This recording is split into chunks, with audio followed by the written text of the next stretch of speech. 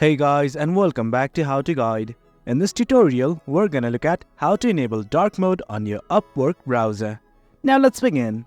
Well, as you can see, I have already logged into my account. In case you have not, do log in right now. Well, in today's present day time, almost everyone prefers dark mode. So we're gonna look at how to enable dark mode as well.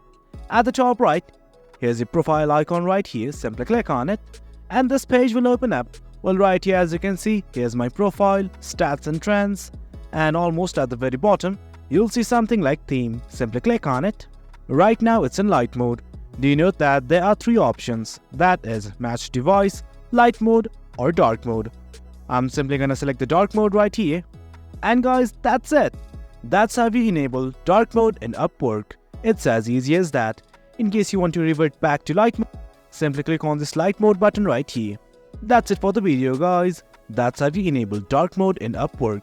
Hope you guys found this video informative, and for more content like this, do remember to hit like, share and subscribe.